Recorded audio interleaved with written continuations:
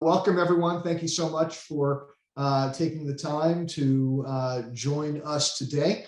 I'm joined by my colleague and friend, Grant Sun, for the debut of our Conversations with Faculty series from the Sports Management Program.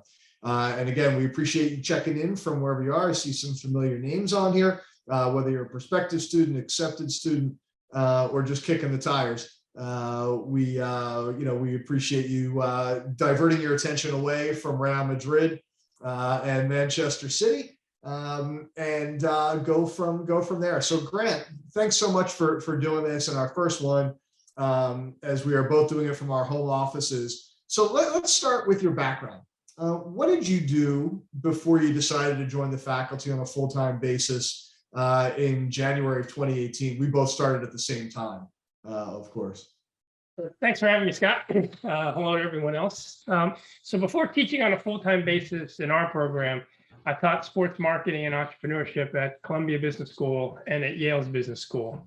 My first career was in sports marketing with stints at Sports Illustrated and the National Football League.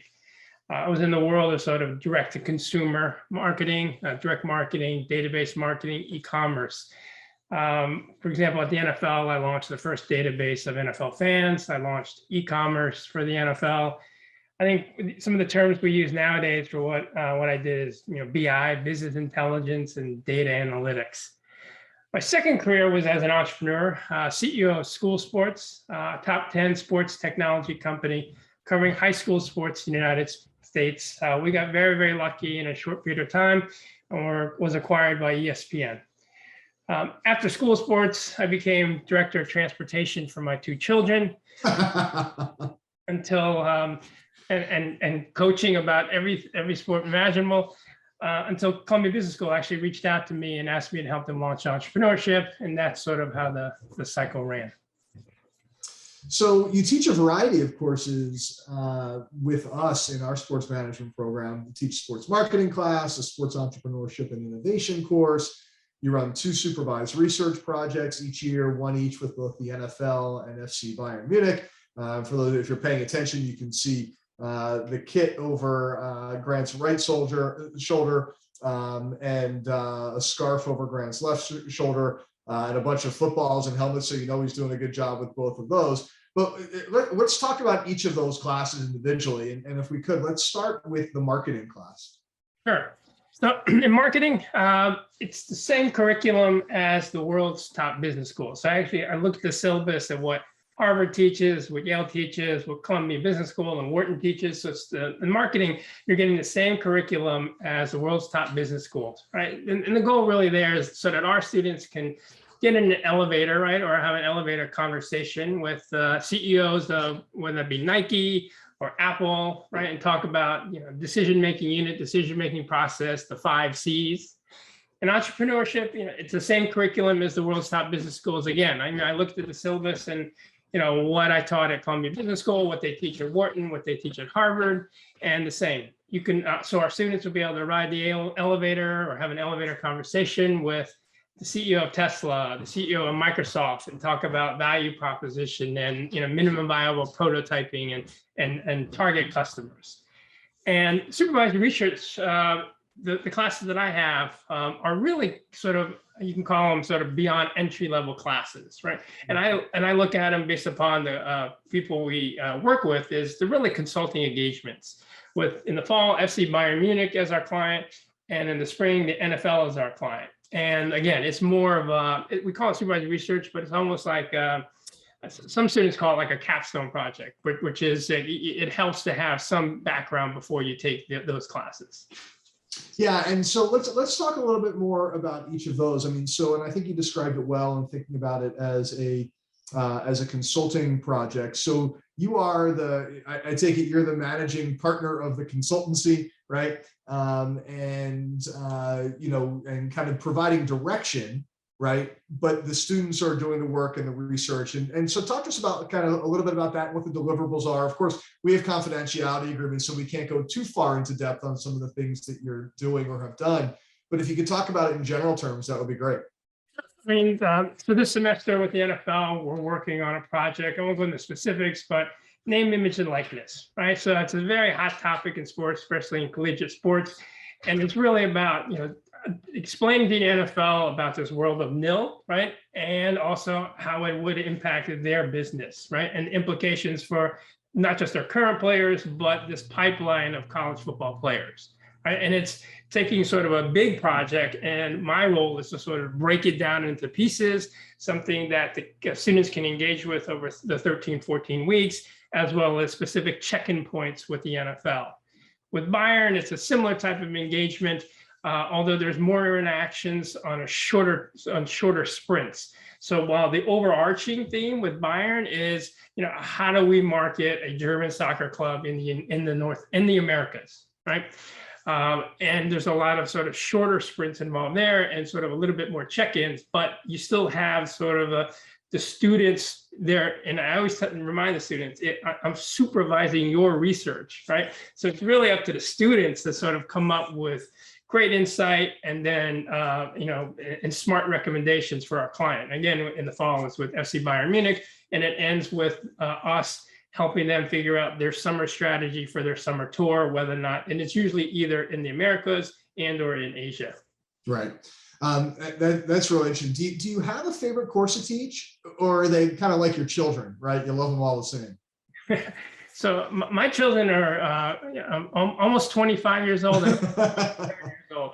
So they're actually the age of most of my students, right, on this call.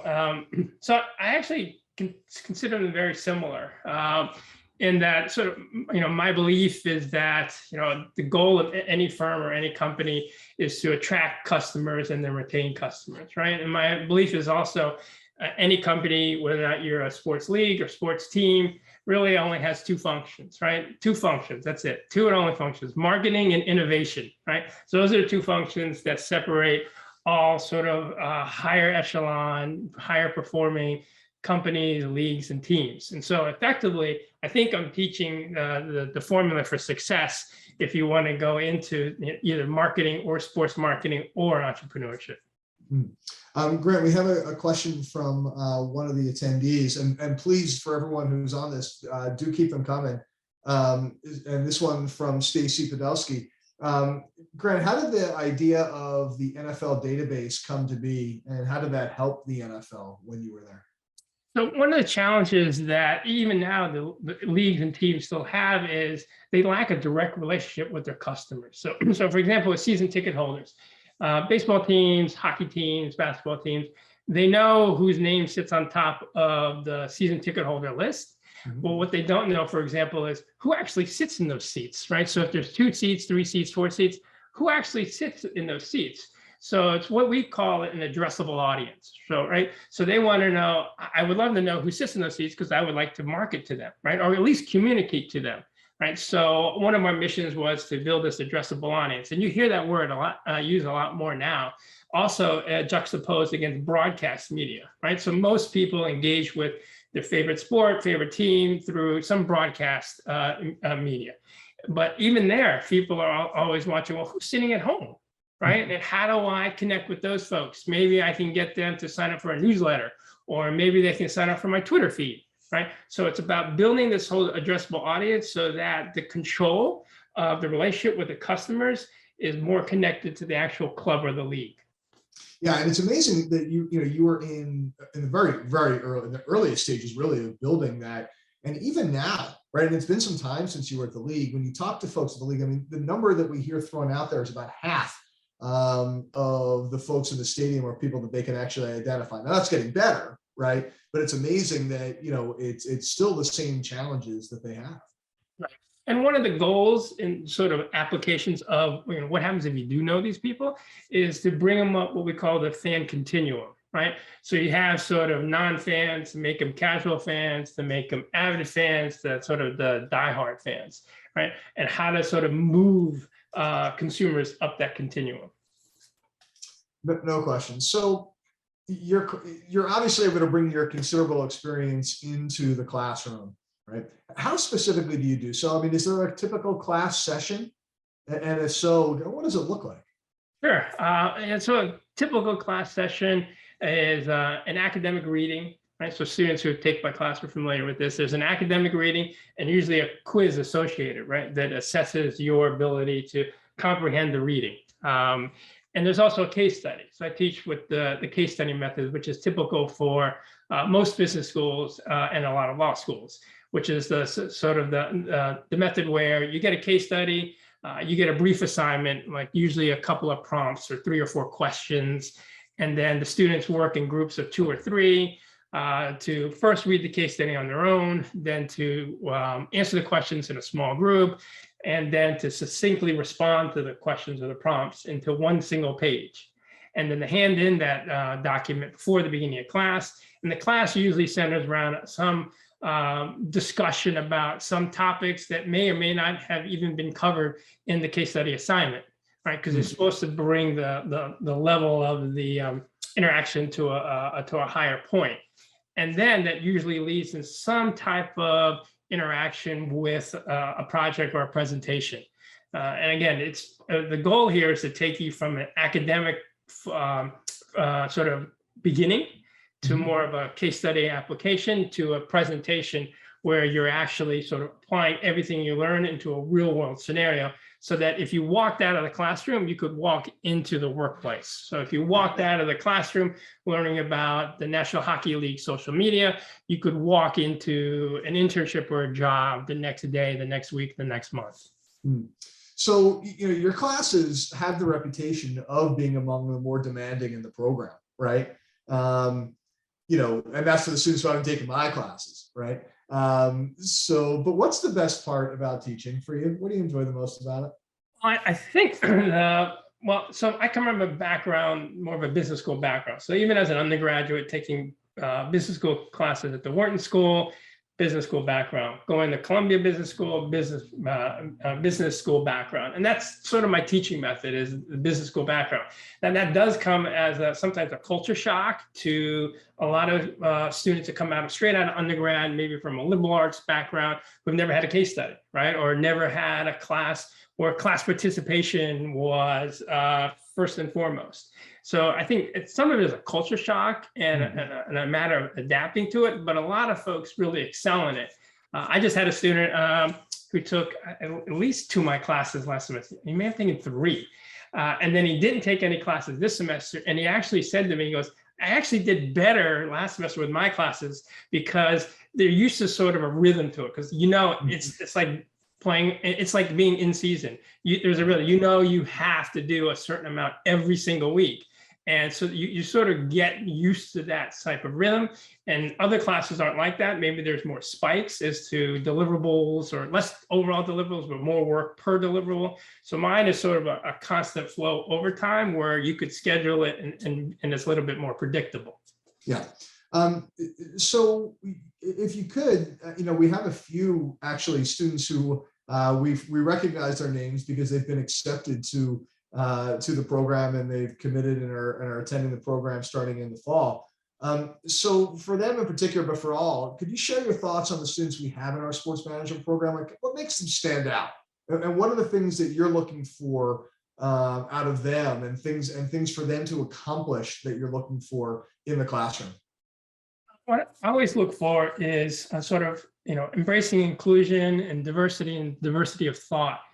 One of the things I really like about our program is we have a mix of, for example, students coming right out of college, as well as students who have been working 5-10 years, right? And they come out of their workplace and they come right into our classroom. So that mix is of interest, again, diversity of professional experience.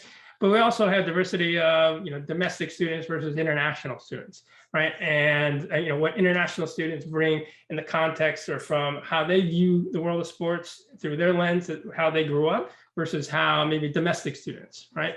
And also, I have folks who sometimes they ask about the Bayern class or the NFL class. They're both supervised research, but they'll say, for example, with Bayern, I get this every semester, Professor, I don't know who Bayern is. I'm not even that big of a fan of soccer. Would I get lost in your class? And no, absolutely not, right? Because there's enough framework and structure that a non-soccer fan could do very well into the supervised research class with Byron, right? And sometimes it's those students who really excel because they're the non-fan, right? The non-soccer fan that sort of has to learn the business and structurally understands it in a more sort of formal way. Mhm. But I think it's really what the students bring to the class. And what I try to do in the classroom environment is set up the scenario where there's really no right answer. There may be some answers are better than others, but we really don't search for what's the right answer. And often we're looking at what are their possible outcomes, right?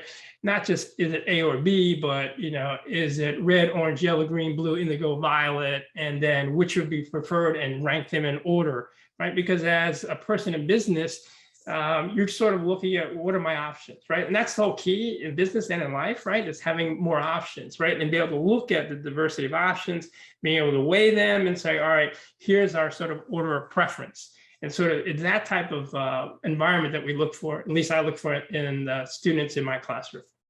Did you just bring Roy G. Biv into this conversation? Yes. Pretty impressive. So if you could talk a little bit about your research agenda and the kinds of things that you write, which actually dovetails into one of the questions that's in the chat right now. Sure. So I enjoy applied research, and my applied research is on mostly case study writing. We were having the conversation right before we got on this call.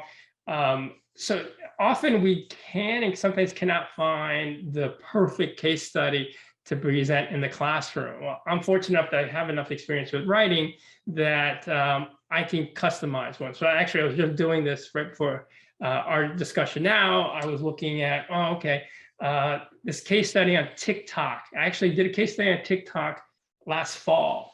And in just 6 months, the world of TikTok has changed so much, and their success has been ridiculous and unexpected that I have to rewrite the case study.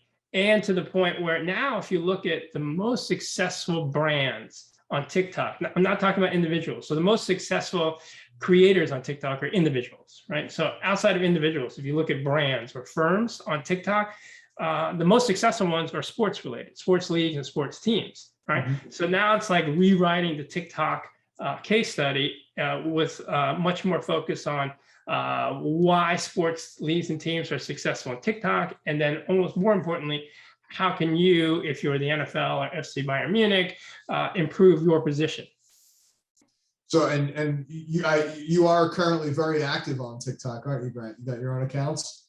Yes, you have to understand the content that they're writing about, and then you have to be at least at the level with the average student. And in many cases, that's the risk I take, right? When you dive into something like that, when you know most of the students in the classrooms are on it 2, 3, 4, 6 hours a day, right? So there's a nuance of it, but my role is really to create sort of the academic framework. Not just, who's popular, but like, why are they popular, right? And can we take that and apply it to someone else? Like, again, in the case of the NFL or FC Bayern Munich, you see what the NBA does or what specific, the Lakers do, and they're successful because why, right?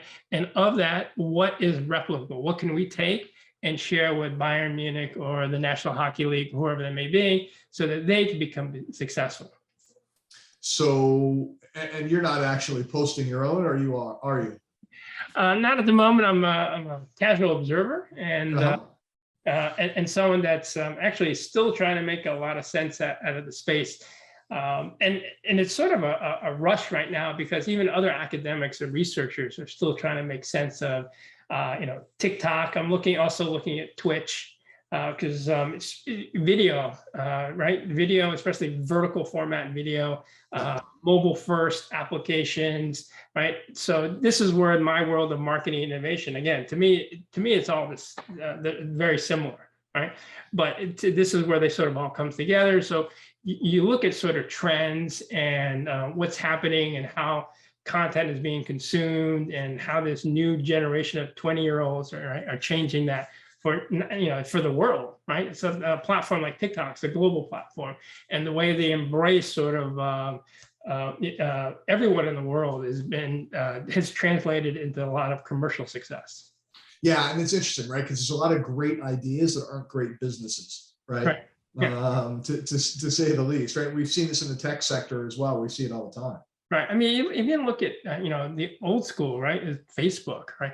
You had to know someone. You had to reach out to them. They had to accept you.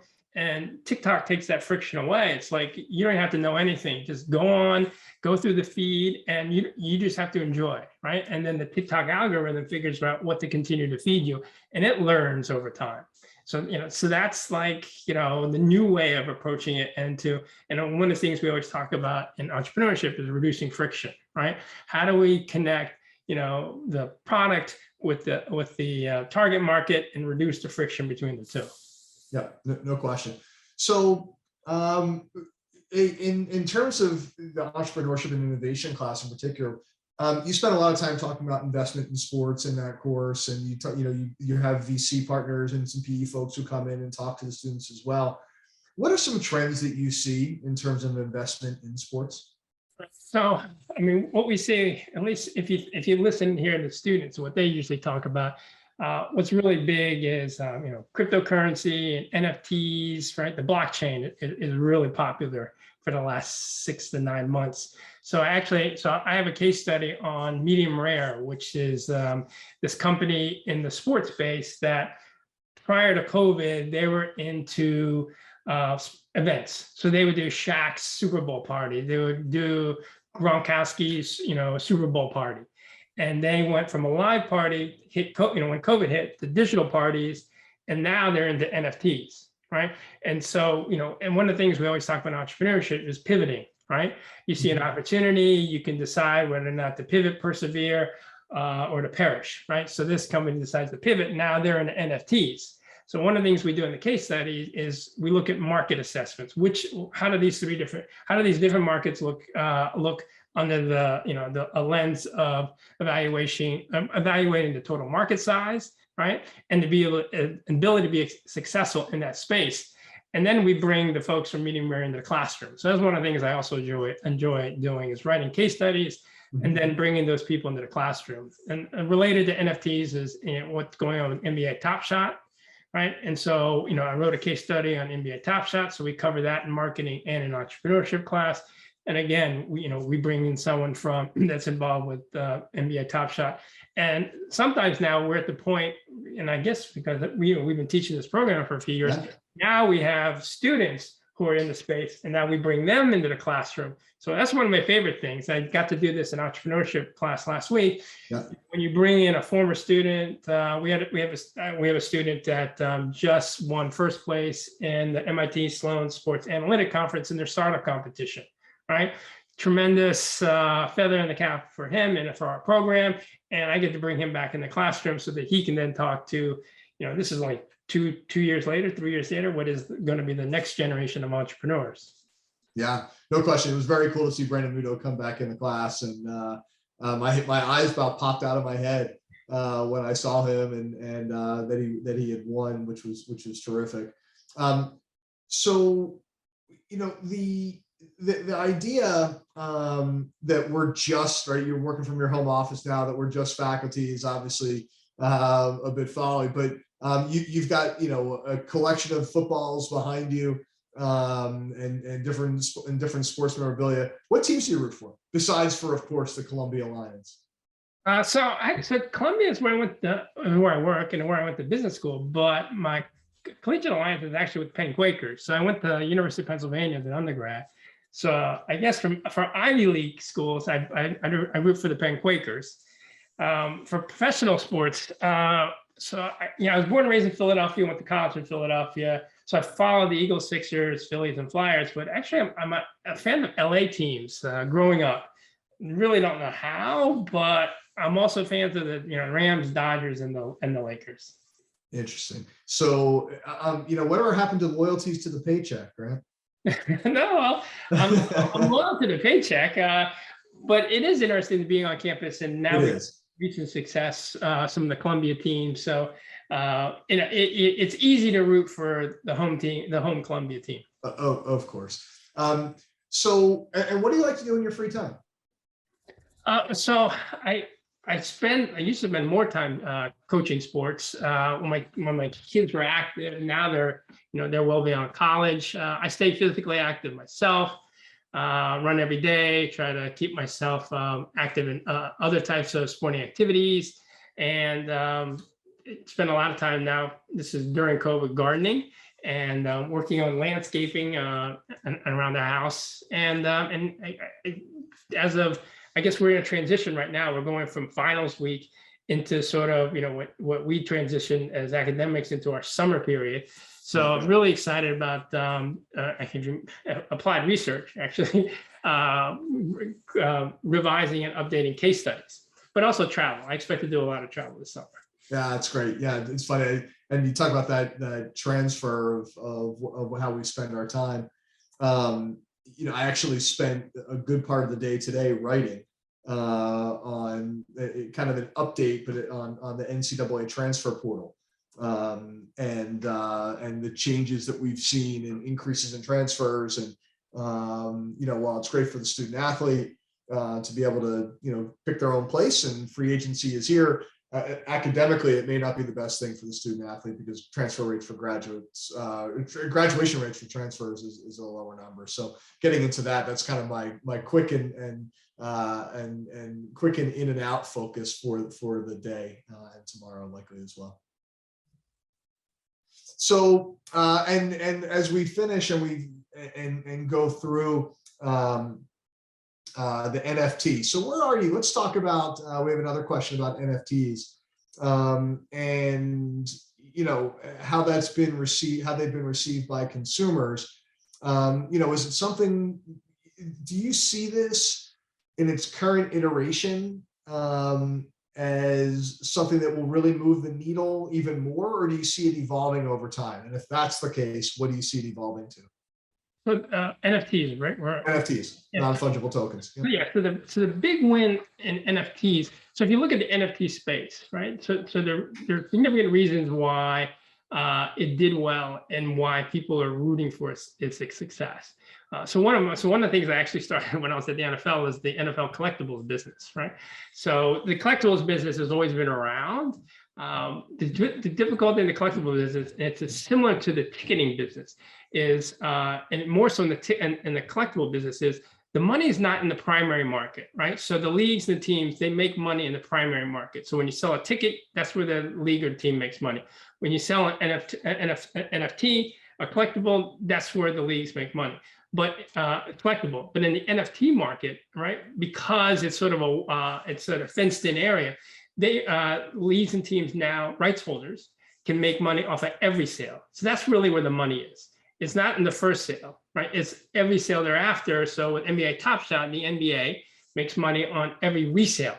Now, whether or not that thing sells twice in its lifetime or 20 times in the next hour, right? They're making a percentage on every resale. And that's a huge opportunity. So because of that, the business model, right, is one in which, because there's so much more money being made by the rights holders, you'll see more NFTs being pushed because of that. Again, because of the favorable economics.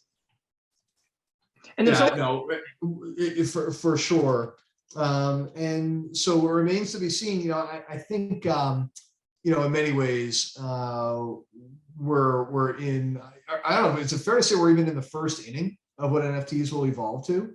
Are we still in warm-ups and the anthem being sung?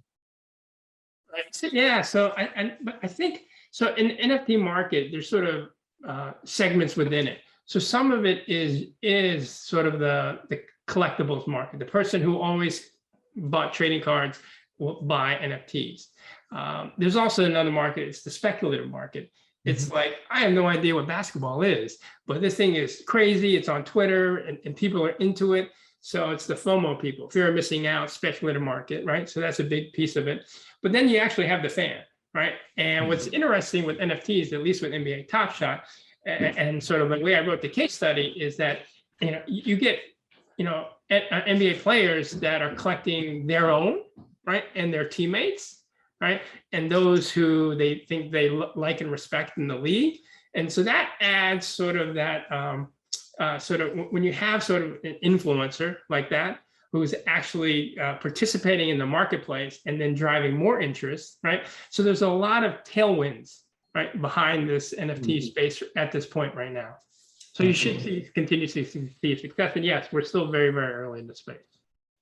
Absolutely. So, Grant, with that, I want to thank you for taking the time today, as well as all of the attendees to our first conversations with faculty. We look forward to having more of these with other faculty down the road. Grant Sun, Senior Lecturer in Discipline and Sports Management Program at Columbia. Thanks so much. And we'll see you soon, everyone.